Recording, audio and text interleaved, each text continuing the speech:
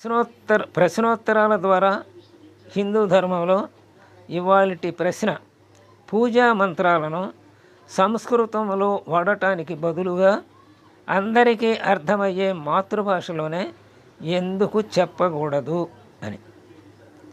దానికి సమాధానం కూడా చూద్దాం. పూజ, హోమం మొదలైనవి పవిత్రమైనటువంటి ధార్మిక క్రియలు. వీటి యొక్క క్రమాన్ని, వాటికి సంబంధించిన మంత్రాలను మనకు తెలిపిన వారు మన సంప్రదాయకర్తలైనటువంటి ఋషులు. వారు వాటిని మనకు ఏ రూపంలో, ఏ భాషలో ఇచ్చారో అదే రూప భాషల్లో ప్రయోగించటం ఉచితం. దాని వలన ఒక గంభీరమైన వాతావరణం ఏర్పడుతుంది. అంతేకాక మంత్రశాస్త్ర ప్రకారం ఈ మంత్రాలలో ఒక విశేషమైన శక్తి ఉంటుంది. ఈ మంత్రాలను సరిగా ఉచ్చరించినప్పుడు వాటిని వినేవారి మనస్సులపై ఒక ఉన్నత పరిణామం ప్రసరిస్తుంది అని కూడా అనుభవజ్ఞులు చెబుతున్నారు. కాబట్టి వీటిని ఇతర భాషలలో చెబితే అవి కేవలం అనువాదాలు అవుతాయి, కానీ మంత్రాలు కావు. అయితే ఒక పని చేయవచ్చు. పూజాది కర్మలను గూర్చిన సామాన్య వివరణ, మంత్రాలు, వాటి యొక్క అర్థం, ప్రయోగాలను గూర్చి దేశ భాషలలో వివరించి చెప్పి తర్వాత సంస్కృతంలోనే వాటిని ఉచ్చరించి యుక్త రీతిలో పూజాదులను చేస్తే అది అందరికీ హితోదకంగా తోడ్పడుతుంది. ఇతర మతాలలో కూడా ధర్మకార్యాలన్నీ వాటి మూలశాస్త్రాలు ఉన్న భాషలలోనే నెరవేర్చబడతాయన్న సంగతి మనం మరువవద్దు అన్నాడు. అంటే మంత్రాలలోనే ఎందుకు చెప్పాలి, అనువాదాలు చెప్పకూడదుగా అన్నారు. అనువాదాలు అంటే మంత్రము అంటే ఇప్పుడు సంగీతంలో మనం చూస్తాం కదా, కొన్ని అంటే రాగాలు ఇస్తారు కదా, అనేక రాగాలు ఉన్నాయి. హంసధ్వని రాగమని, తోటి రాగమని, అంటే కాపీ రాగమని, రకరకాల రాగాలు ఉన్నాయి. ఒక్కొక్క రాగానికి ఒక్కొక్క స్పందన ఉంటుంది. అంటే రాగం ఎలా ఆ సప్తస్వరాలనే ఒక క్రమ పద్ధతిలో కూరిస్తే ఆ రాగాలు ఏర్పడతాయి. ఆ క్రమ పద్ధతిలో ఇప్పుడు వాన కురవాలనుకోండి, సంగీతంతో వాన కురిపించిన సంగీత విద్వాంసులు ఉన్నారు. అంటే ఆ క్రమంలోనే వాటిని వినిపించాలి, ఆ రాగంలోనే. ఆ రాగాలన్నింటినీ ఎవరైతే సృష్టించారో వాళ్ళని మేళకర్తలు అంటారు. ఆ రాగాలు సృష్టించారు. అలాగే మన బాలమురళీ కృష్ణ గారు ఉన్నారు. అట్లాగే ముద్దు స్వామిది, అంటే మనకు బాగా తెలిసిన వాళ్ళు ఈ మధ్యలో వాళ్ళు. అలాగే ముద్దు స్వామి దీక్షితులు ఉన్నారు, త్యాగరాజులు ఉన్నారు, ఇంకా అన్నమయ్య ఉన్నారు. వీళ్ళందరూ ఉన్నారు కదా. ఆయన సాక్షాత్తు పరమాత్మనే ప్రసన్నం చేసుకున్నాడు ఆ కీర్తనల ద్వారా. అంటే ఆ కీర్తనల్లో ఒక క్రమ పద్ధతి ఉంటుంది. ఒక్కొక్క కీర్తన రాగం చేస్తే ఆ కీర్తన వలన అగ్ని పుడుతుంది, ఇంకో దాంట్లో వర్షం పుడుతుంది, ఇంకో దాంట్లో దయ ఉద్భవిస్తుంది, ఇంకో దాంట్లో రౌద్రం ఉద్భవిస్తుంది. ఆ రాగాల అమరికను పెట్టనమాట. అవి కేవలం 7 స్వరాలు అయినా 7 స్వరాలని రకరకాల పద్ధతులలో అమర్చటం వలన వచ్చేటువంటి శక్తి అది. అలాగే మంత్రాలని ఎవరు మన వాళ్ళు ఇది చేశారు, మనకు అందించారు. ద్రష్టలు అంటే ఋషులు అందించారు. ఆ ఋషులకి పరమాత్మ అనుగ్రహం వలన అతీంద్రియంగా వాళ్ళకి అందినాయి. ఆ క్రమంలో మనం వాటిని అనుసరిస్తే అప్పుడు ఆ ఉద్భవించేటువంటి ఆ మంత్రముల యొక్క శబ్ద తరంగాలు ఉంటాయి చూసారా, ఆ శబ్ద తరంగాల శక్తి ఒక క్రమ పద్ధతిలో ఉంటుందన్నమాట. అలాగే మనం పద్యాలు చదివేటప్పుడు కూడా ఉత్పలమాల, చెంపకమాల, తేటగీతి, ఆటవెలది, శారుతోలం, ఇలా రకరకాల ఛందస్సుల్లో ఉంటాయి. ఆ ఛందస్సుల్లో ఉన్నాయి మనం చదివితే ఏమవుతుంది, మనకి అటు భావం అటు తొందరగా గుర్తుంటాయి. పద్యాలు గుర్తున్నట్టుగా, శ్లోకాలు గుర్తున్నట్టుగా వచనం గుర్తుండదు కదా. అంటే ఆ కూర్పులో అలాంటి ఇది శక్తి ఉందన్నమాట. అలాగే మంత్రాల్లో కూడా ఒక సరస్వతీదేవి మంత్రం ఒక రకంగా ఉంటుంది, లక్ష్మీదేవి మంత్రం ఒక రకంగా ఉంటుంది. ఓం ఐ హ్రీం శ్రీంలో ఎక్కువ వాడుతుంటాం ఇవి ఆ మంత్రాలు అమెరికలో. అలా గణపతి మంత్రం ఒక రకంగా ఉంటుంది.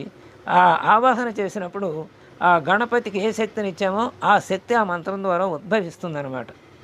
అలాగే లక్ష్మీదేవికి ఫలానా ఆయన ధన మూలం, ఆయన ధనానికి అధిపతి కదా, దానికి సంబంధించిన మంత్రాన్ని మనం ఉపాసన చేస్తే ఆ శక్తి దానికి ఉపయోగపడుతుంది.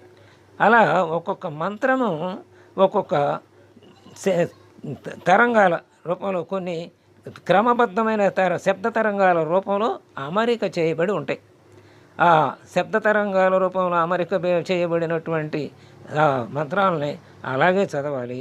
అయితే దానివల్ల ఉపయోగం మనకు తెలియకుండా శ్రద్ధగా చేస్తే ఆ ఫలితాన్ని పొందుతాం, కానీ ఆ మంత్రం యొక్క అర్థం ఏమిటో మనకు తెలియదు. కాబట్టి మంత్రాలని పూజ చేసేటప్పుడు కూడా పూజ యొక్క అర్థాన్ని కూడా మనం చెప్పామనుకోండి బాగానే ఉంటుంది. చెప్పలేదనుకోండి, వాళ్ళకి శ్రద్ధ ఉంటే అందే నమ్మకం ఉంటుంది కాబట్టి చేస్తారు. అదే మనం దాని అర్థాన్ని చెప్పి చేయించామనుకోండి ఇంకా శ్రద్ధగా చేస్తారు. ఇప్పుడు అమ్మా మొదలైన పూజ కూర్చునే వాళ్ళు ఎవరో రండి ఇక్కడ కూర్చోండి అంటాం, వచ్చి కూర్చుంటారు. తర్వాత ముందు పవిత్రో సర్వవస్థంగతోపేవా అని చదువుతాం. అంటే మీరు పవిత్రంగా ఉండండి అని చెప్పటం. మనంతా మన బాహ్య శరీరము అంతఃశరీరం అంటే మనసు రెండు పవిత్రంగా ఉండాలి అని చెప్పటం. అంటే అంతకుముందే ఆలోచనలో ఉండి ఇక్కడికి వచ్చి కూర్చుంటాం కదా, వెంటనే ఓహో మనం పవిత్రంగా ఉండాలన్నమాట, వాటన్నిటినీ వదిలేయాలన్నమాట అనే భావన వచ్చి వదిలేస్తాం. అంటే అందరూ వదిలేస్తారంటే వదిలేకపోవటం అది వేరు సంగతి. అంటే ఎప్పుడైతే మనం చెప్పామో అప్పుడు కనీసం రావటానికి ప్రయత్నిస్తారు. వచ్చిన వాళ్ళు అలా శ్రద్ధగా ఉన్నవాళ్ళు ఉంటారు, ఎక్కువ మంది లేకపోయినా. ఆ తర్వాత అమ్మ ఆచమనం చేయండి అంటాం. అపవిత్రమైన ఆచమనం ఎందుకు అంటే గొంతు సరి చేసుకోవటానికి. అంతకుముందు ఏయో మాట్లాడి ఉంటాం, లేకపోతే పరగడుపునే ఉంటాం. కాస్త గొంతు 3 సార్లు నేరుడు తీసుకోవటం వలన గొంతు సవరించబడుతుంది. అలా ఒక్కొక్క దానికి ఒక్కొక్క ప్రక్రియ ఉంది. అమ్మ ఆ తర్వాత అయిపోయింది దీపారాధన చేయండి అమ్మా అంటాం ముందు. అప్పుడు దీపారాధన చేస్తారు, దానికి నైవేద్యం పెట్టిస్తాం. దీపం అంటే అగ్నిదేవుడు కదా, అగ్నిదేవుడు సాక్షాత్కరిస్తేనే ముందు అగ్నిదేవుని ద్వారానే అన్నీ పరమాత్మకు అందుతాయి. మనం ఏ దేవుడికి పూజ చేస్తున్నాం దేవుడికి, కాబట్టి దాన్ని పూజ చేస్తాం. దీపారాధన కుందులు వెలిగిస్తాం, దానికేమో కాస్త నైవేద్యం పెట్టిస్తాం, దానికి కూడా పసుపు కుంక అలంకరణ చేస్తాం. ఇలా ఉంది ఇవన్నీ చెప్పామనుకో.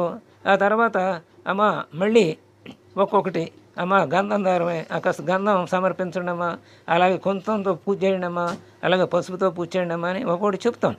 ఆ చెప్పిన దానికి అమ్మ ఇప్పుడు 108 అష్టోత్తర శతనామ పూజ చేస్తాను అంటే 108 పాదాలే ఉన్నాయి 27 నక్షత్రాలకి.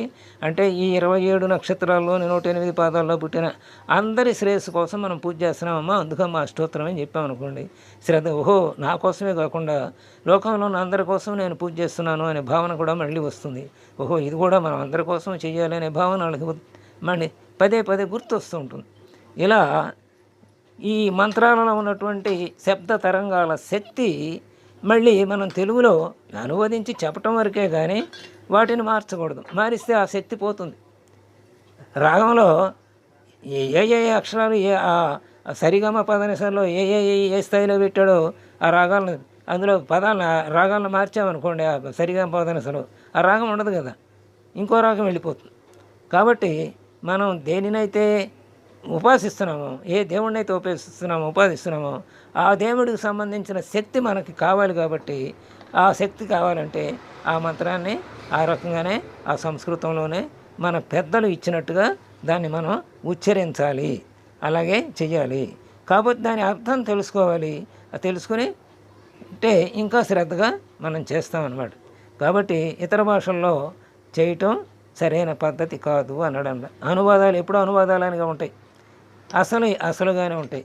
నకిలీ డూపులు వేస్తుంటారు సినిమాల్లో, డూపులుగానే ఉంటారు. అసలు వాళ్ళకి ఉన్న గౌరవం డూపులకు ఉండదు కదా. అసలు వాడికి మళ్ళీ ఉంటాడు డూపు కూడా, అసలు వాడికంటే కూడా చాలా బాగా చేసినట్టుగా కనపడతాడు డూపు వేషం. అయితే కాస్త ప్రమాదమైనటువంటి దృశ్యాల్లో వాళ్ళని పెడతారు డూపుల్ని, వీళ్ళకి మళ్ళీనే ఉంటారు అసలు నాయకుల్లాగా. అయినా వీళ్ళకు ఉన్నంత గౌరవం వాళ్ళకు ఉండదు కదా.